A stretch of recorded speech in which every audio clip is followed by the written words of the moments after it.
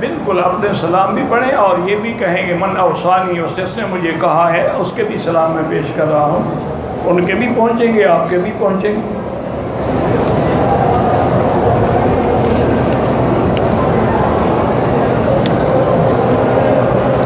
کہتے جی کہ عورتوں کا جنازہ پڑھنا درست ہے، کیوں؟ جنازہ پڑھنے سے کیا ہو جاتا ہے؟ پتہ نہیں یہ کیا ان کے دماغ میں کیا خلل ہے کہ اگر ہم نے عورت کا جنازہ پڑھا تو کیا ہوگا ہمیں؟ وہ دعائے جنازہ ہی پڑھ لو تو تمہارا ایمان ٹھیک ہو جائے کہ اللہم اغفر لحینا و میتنا و شاہدنا و غائبنا و ذکرنا و انثانا، مردوں کے لیے بھی عورتوں کے لیے بھی۔ عجیب آدمی، حضور پاک نے جنازے نہیں پڑھے ازواج مطہرات کے اور اپنی بنات کے اور اس کے بعد صحابیات کے؟ کیوں نہ پڑھیں؟ عورتیں بھی پڑھیں، مرد بھی پڑھیں۔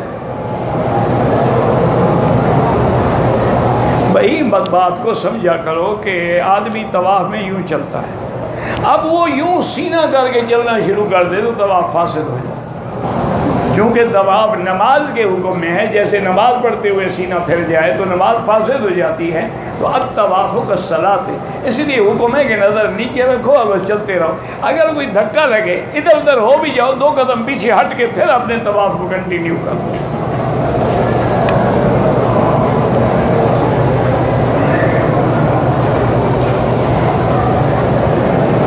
زندہ آدمی کے لیے دعا کرو، اللہ ان کو عمر نصیب کرے، بیٹا بیٹی جو بھی ہیں ان کے لیے دعا کرو۔ اپنی ماں باپ اگر وہ معذور ہیں، نہیں کر سکتے، ان کا کر سکتے ہو۔ ہم سلام پڑھتے ہیں، بالکل دور سے درود پڑھتے ہیں تو پہنچایا جاتا ہے، اور سامنے پڑھیں تو خود سنتے ہیں حضور صلی اللہ علیہ وسلم۔ پڑھنے لکھنے میں اللہ آتا ہے، ہو کا کیا مطلب؟ ہو ضمیر ہے، وہی اللہ، یعنی هو الذی عالم الغیب والشہادہ، هو لا الہ الا هو، کون؟ الملک القدوس السلام، الضمیر اللہ کی طرف راجع ہے۔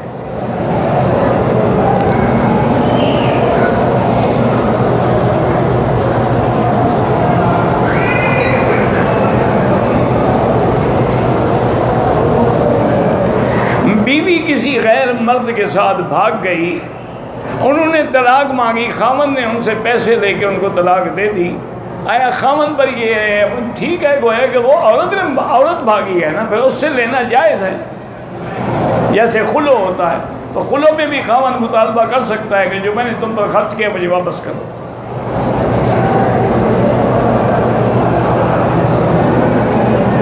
کعبے کی قسم نہیں کھا سکتے، اللہ کے رب البیت، کلام اللہ کا کلام ہے، اس کی کھا سکتے ہیں۔ زکوٰۃ میں اگر رشتہ دار غریب ہیں تو وہ زیادہ حقدار ہے، کیونکہ ان میں آپ کو خیرات کا بھی، زکوٰۃ کا ثواب بھی ملے گا اور صلہ رحمی کا ثواب بھی ملے گا، اور پھر آدمی اپنے رشتہ داروں کو جانتا بھی ہے کہ یہ صحیح غریب ہیں، مستحق ہیں۔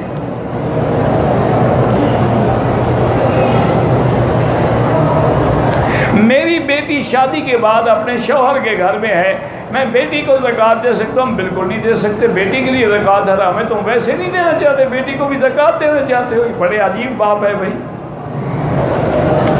اولاد کی ذمہ داری ہے تم پہ۔ اگر بیٹی کے شوہر کو زکوٰۃ، ہاں اگر شوہر غریب ہے اس کو دے سکتے ہو، اسی لیے تو فقہاء نے مسئلہ لکھا ہے نا جی کہ مثلاً شوہر امیر ہے اور بیوی غریب ہے تو کیا شوہر زکوٰۃ دے سکتا؟ انہوں نے کہا نہیں دے سکتا، کیونکہ بیوی کا خرچہ تو اس کی ذمہ داری ہے، اس کو زکوٰۃ کیوں دے؟ بیوی کا نفقہ جو ہے وہ تو شوہر کے ذمہ واجب ہے۔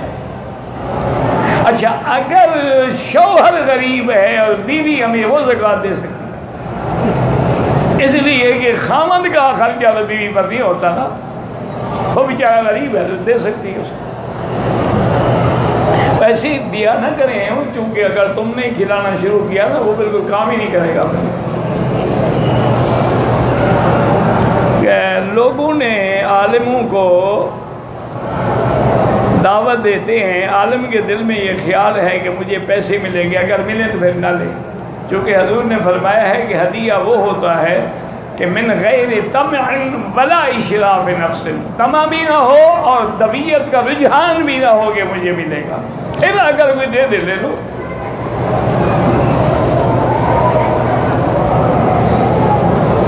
ہمارے دو ساتھیوں نے عمرے کے دوران میں بند جوتا پہنا، اگر اس کو ٹھیک نہیں کیا ہے، پورا پاؤں بند رہا اور عذر بھی کوئی نہیں تھا، دم پڑ گئی۔ کپڑے دھونے والے صابن کو سر پہ لگا کے حل کیا، ٹھیک ہے، اس میں خوشبو تھوڑی ہوتی ہے۔ میرے ساتھی مجھے کہتے ہیں کہ تم مسلمان نہیں ہو اس لیے کہ تمہیں یہاں کی زیارات کا علم نہیں ہے۔ زیارت کا اسلام سے کیا تعلق ہے جی؟ جو مسلمان کبھی یہاں آئے ہی نہیں ہیں، ان نے تو کبھی کعبہ ہی نہیں دیکھا، پھر وہ بھی کافر ہو گئے۔ عجیب آدمی ہو، زیارتوں کے علم سے کیا تعلق ہے اسلام سے؟ بس یہ بیچارے زیارت کے مارے ہوئے ہیں نا جی، کبھی قبروں کی زیارت، کبھی نجف اشرف کی زیارت، کبھی زواری کر لی، کبھی مکے مدینے بھی ہے، اس لیے زواری ان کے لیے بڑی ضروری ہے۔ اللہ ہدایت ہے بس۔ کہتے جی آج کل اسلامی تاریخی واقعات اور فلمیں بیان بنے، اگر وہ تاریخ ہے ٹھیک ہے، کوئی بات نہیں۔ اس لیے میں کہتا ہوں نا کہ جو چیز ایسے دیکھنا جائز ہے وہ تو پھر ٹی وی پہ بھی جائز ہے، اور جو ایسے حرام ہے وہ ٹی وی پر بھی حرام ہے، لیکن ان کی فلموں میں لازماً عورتوں کا بھی کردار ہوتا ہے، اس لیے وہ ناجائز ہے۔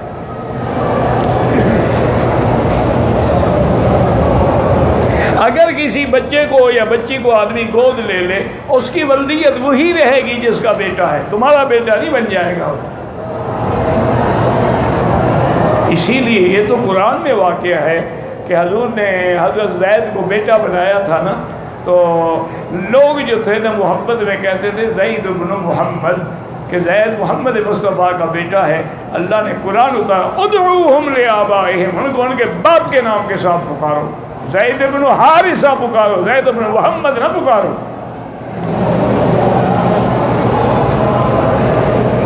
صلی اللہ علیہ وسلم۔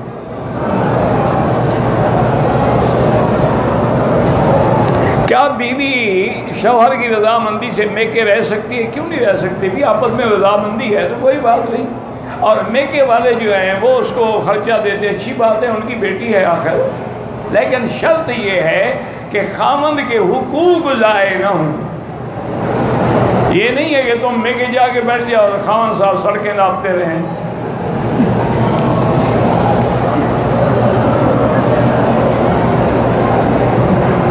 عورت کہنا نہ مانے نماز کے لیے تو آپ اس کو سختی سے بھی حکم دے سکتے ہیں، یہ ناممکن ہے۔ تمہارا کھانا پکاتی ہے، کپڑے دھوتی ہے، صرف نماز میں کہنا نہیں مانا، اس کی وجہ ہے کہ تم خود نمازی نہیں، تم پڑھو گے تو اس کا باپ بھی پڑھے گا، پہلے خود نمازی بنو پھر اس کو نمازی بناؤ۔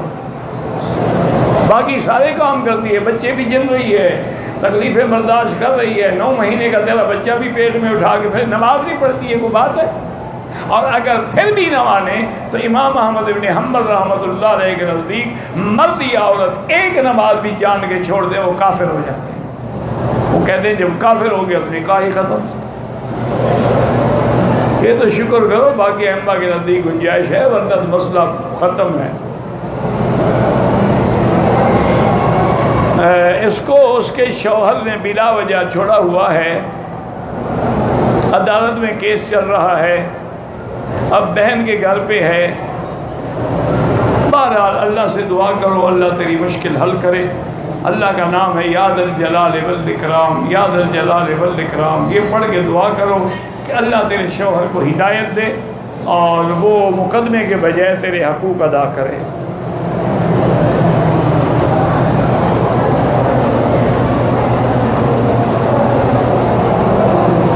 پتہ نہیں، میں دنیا میں قرآن پڑھ کے سناتا ہوں شفا کے لیے موبائل پر بہت سے، تو مجھے بتانے کی کیا ضرورت ہے، سناتے رہو۔ میں نے پوچھا ہے آپ سے؟ نہیں، مقصد ہے کہ یا تو میں نے پوچھا ہو تو تم میرے آگے پھر پیری چمکانے کی کیا ضرورت ہے؟ سناتے ہو اللہ کے لیے، سناتے رہو۔ ایام حیض میں عورت ذکر اذکار کر سکتی ہے، درود بھی پڑھ سکتی ہے۔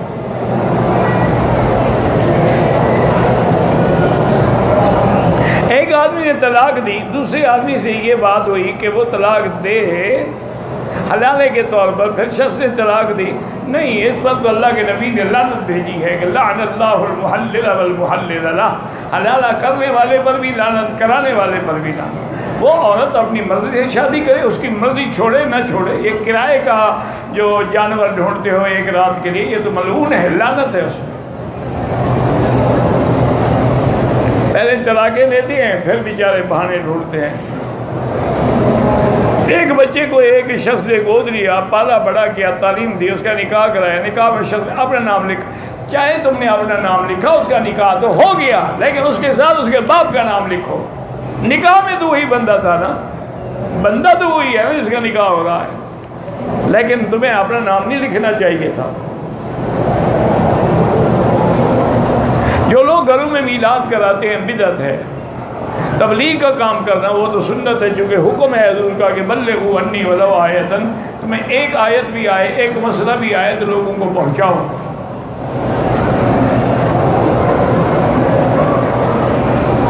موبائل میں آدمی اگر قرآن دیکھ کے پڑھے وہ بھی جائز ہے، کوئی منع نہیں۔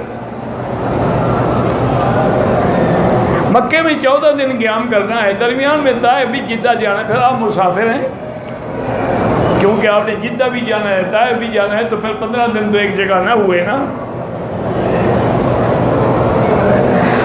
حضور کے روضہ مبارک پہ کھڑے ہو کے تجدید ایمان کی جائے، اس کی ضرورت نہیں ہے، صلاۃ و سلام پڑھیں اور آگے جا کے پھر دعا کریں۔ بعض علماء نے یہ لکھا، یہ کہہ سکتے ہو کہ اشہد انک قد بلغت الرسالۃ وادیت الامانۃ ونصحت الامۃ وعبدت ربک حتی اتاک الیقین، کہہ سکتے ہو۔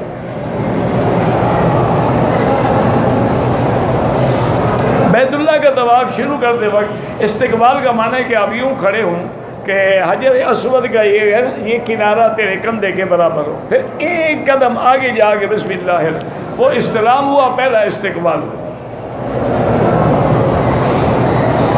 طواف جو ہے وہ والدین کے لیے حج عمرہ ہر چیز ہو سکتی ہے۔ میں مغرب کی سنت پڑھ رہا تھا، ایک آدمی نے آ کر میرے کندھے پر ہاتھ رکھا اور ساتھ کھڑا ہو گیا، اس کو پیچھے ہٹنے کے لیے اشارہ کیا۔ مقصد یہ ہے کہ چونکہ حنابلہ رحمۃ اللہ علیہ کے نزدیک اگر آپ سنت پڑھ رہے ہیں، نفل پڑھ رہے ہیں، پیچھے والا فرض کی نیت کر دے تو ان کی جماعت ہو جاتی ہے، لیکن حنفی مسلک میں نہیں ہوتی، وہ کہتے ہیں کہ لازماً امام جو ہے وہ مقتدی سے قوی ہو۔ طواف ہے کہ رکن یمانی پہ پہنچ کے اس کی طرف دیکھ کر ہاتھ اٹھانا، ہاتھ اٹھانے کی ضرورت نہیں، موقع ملے تو دایاں ہاتھ لگاؤ رکن یمانی پہ، موقع نہ ملے نہ اشارہ کرو نہ ہاتھ اٹھاؤ۔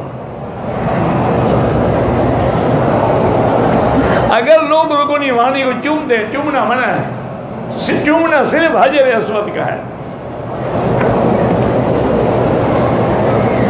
جو لوگ ٹک لگاتے ہیں وہ بھی حدیث میں، کسی حدیث میں نہیں ہے، وہ حدیث اگر آپ کو ملے تو مہربانی کر کے مجھے بھی بتائیں۔ قرآن میں لفظ ہے محلقین رؤوسکم، عمل کیا میرے مدنی پاک نے، ہمیشہ اس طرح پھروایا سارے سر پہ، ایک دفعہ بال کٹائے تو سارے سر کے کٹائے، کسی صحابی نے یا حضور نے ٹک نہیں لگوائے۔ اگر حدیث ہے آمنا و صدقنا، مجھے دکھاؤ کہاں ہے۔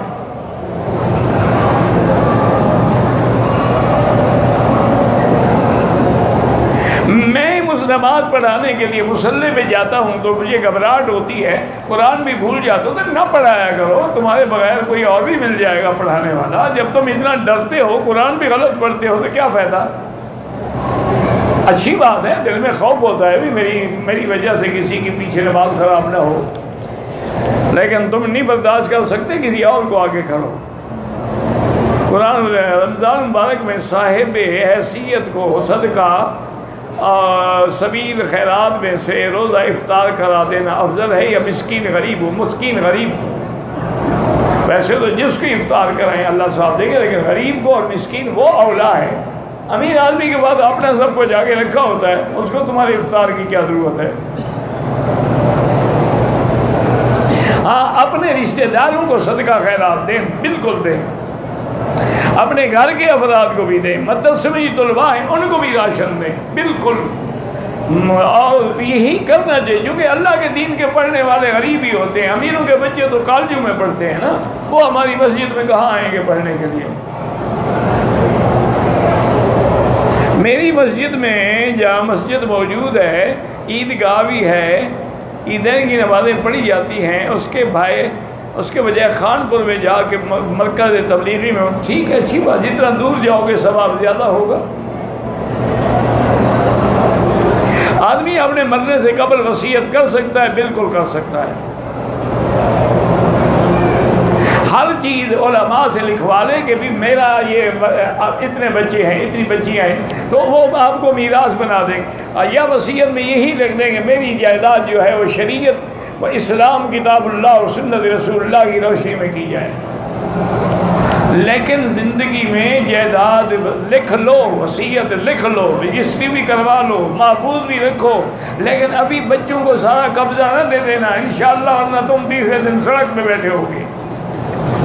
تمہیں اسی لیے تم نے برداشت کیا ہوا ہے کہ تیری جائیداد لینی ہے انہوں نے.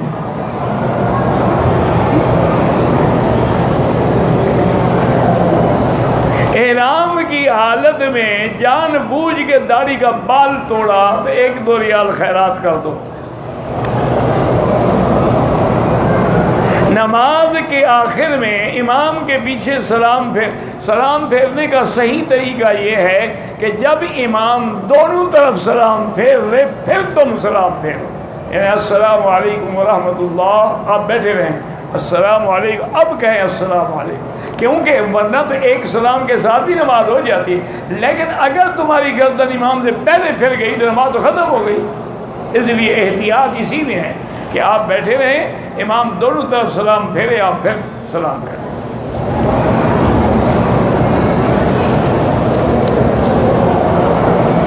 ایک لڑکی میری رشتہ دار ہے، مجھ سے شادی کی خواہش رکھتی ہے، میری والدہ نہیں چاہتی، والد کے اصرار پہ. بہرحال والدین کے منشے کے بغیر شادی نہ کرو. یہ جو عشق مشق ہے نا جی، یہ 10-15 دن کے بعد ختم ہو جاتا ہے، پھر دشمنی شروع ہوتی ہے.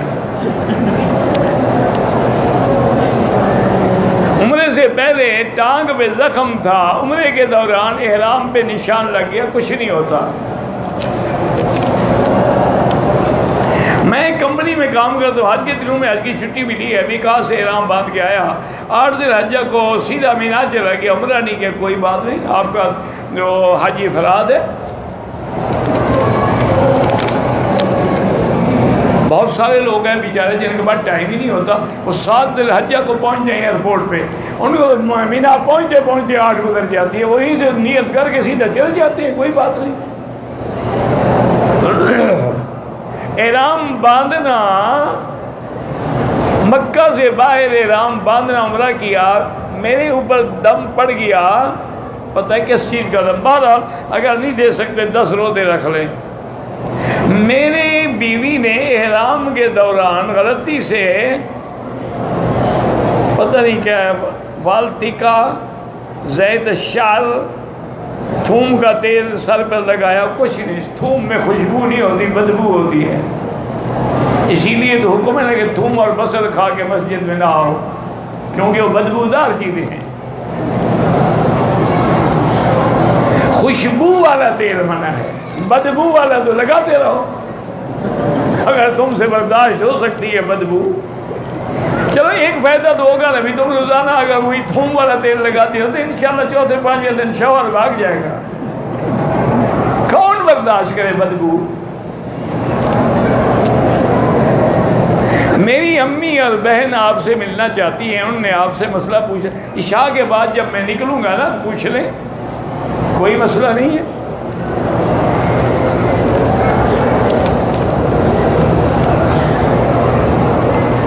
ایک سوال کرنا ہے، ہر 2 دن سے عمرہ کر رہے ہیں، طائف جائیں گے، طائف سے واپسی پہ عمرہ ضروری ہے، پہلے کر رہے ہو یا نہیں کر رہے ہو؟ طائف میقات ہے، وہاں سے تو بغیر احرام کے آؤ گے تو دم پڑ جائیں گے. حضور کے نام پہ ہم جب قربانی ہو کر سکتے ہیں کر سکتے. حضرت علی ہر سال حضور کے نام پہ قربانی فرماتے تھے. زندہ افراد کو تمہارے عمرے کی کوئی ضرورت نہیں، ان کے لیے دعا کرو. اگر احرام پہنے اتار دے نہانے کے لیے کوئی حرج نہیں، کوئی چادریں باندھنے سے کچھ ہی نہیں ہوتا۔ احرام تب ہوگا جب تم لبیک بعمرۃ لبیک اللہم لبیک پڑھو گے۔ صرف چادریں باندھ کے 10 سال پھرتے رہو، احرام تھوڑا ہے۔ میرا گھر مکے میں ہے، روز آتا جدہ مکہ آتا ہوں، آپ کے لیے نماز قصر ہے۔ مکے میں کسی مسجد میں ہم قرآن رکھ سکتے ہیں، اللہ عالم، بہرحال کسی مسجد میں رکھ کے دیکھ لیں، تجربہ کر لیں۔ اللہم صلی علی سیدنا محمد وعلی آل سیدنا محمد کما صلیت علی ابراہیم وعلی آل ابراہیم فی العالمین انک حمید مجید۔ یا اللہ یا اللہ یا اللہ یا رحمان یا رحیم یا حی یا قیوم یا ذا الجلال والاکرام یا ذا الجلال والاکرام یا الہی الہنا الہ کل شیء الہا واحدا لا الہ الا انت۔ اللہم انت المیسر لکل عسیر وانت علی کل شیء قدیر۔ یا لطیف الطف بنا فی تیسیر کل عسیر فإن تيسير كل عسير عليك يسير۔ اللهم يسر أمورنا وأمور أولادنا وأولاد أولادنا وبناتنا وأخواننا وأمور من أوصانا واستوصانا وأمور المسلمين برحمتك يا أرحم الراحمين۔ اللهم يسر أمورنا في كل مكان يا حنان يا منان۔ اللهم يسر أمورنا في كل زمان يا حنان يا منان۔ اللهم يسر أمورنا مع الراحة لقلوبنا وأبداننا والسلامة والعافية في ديننا ودنيانا۔ اللهم لا تجعل مصيبتنا في ديننا ولا تجعل الدنيا أكبر همنا ولا مبلغ علمنا۔ اللهم لا تسلط علينا بذنوبنا من لا يخافك فينا ولا يرحمنا۔ اللهم انصر الإسلام والمسلمين۔ اللهم انصر المجاهدين الذين يجاهدون في سبيلك لإعلاء كلمتك۔ اللهم احفظ سائر بلاد المسلمين وهذا البلد الأمين فاجعل آمنا مطمئنا سخاء رخاء إلى يوم الدين۔ یا اللہ بیماروں کو شفا عطا فرما، یا اللہ بیماروں کو شفا عطا فرما، یا اللہ ہماری ظاہری باطنی روحانی جسمانی نفسانی بیماریاں دور فرما، یا اللہ ہمارے گھروں سے عذاب اٹھا لے، یا اللہ ہم گناہ گار ہیں، اپنے گناہوں کا اقرار کرتے ہیں، رحمت کا معاملہ فرما، یا ارحم الراحمین، یا اکرم الاکرمین، یا اجود الاجودین۔ یا اللہ مسلمان کشمیر میں ہیں، فلسطین میں ہیں، روہنگیا میں ہیں، برما میں ہیں، ہند میں ہیں، سندھ میں ہیں، عرب میں ہیں، عجب میں ہیں، ان کی جان مال آبرو عزت کی حفاظت فرما۔ یا اللہ تمام عالم میں مساجد اور مدارس کی حفاظت فرما۔ یا اللہ جو تیرے گھروں کو جلانے کی کوشش کر رہے ہیں ان پہ اپنا قہر نازل فرما۔ یا الہ العالمین ہم عاجز ہیں، ہم تو مقابلہ نہیں کر سکتے۔ اللہم انزل علیہم بأسک الذی لا یرد عن القوم المجرمین۔ اللہم لا تجعلنا وزغة للماذرین، اللہم لا تجعلنا عقدة للعاقلین، اللہم لا تجعلنا فتنة للقوم الظالمین۔ صلی اللہ تعالی علی خیر خلقہ سیدنا محمد وعلی آلہ وصحبہ اجمعین۔ اللہم صلی علی سیدنا محمد وبارک وسلم علیہ۔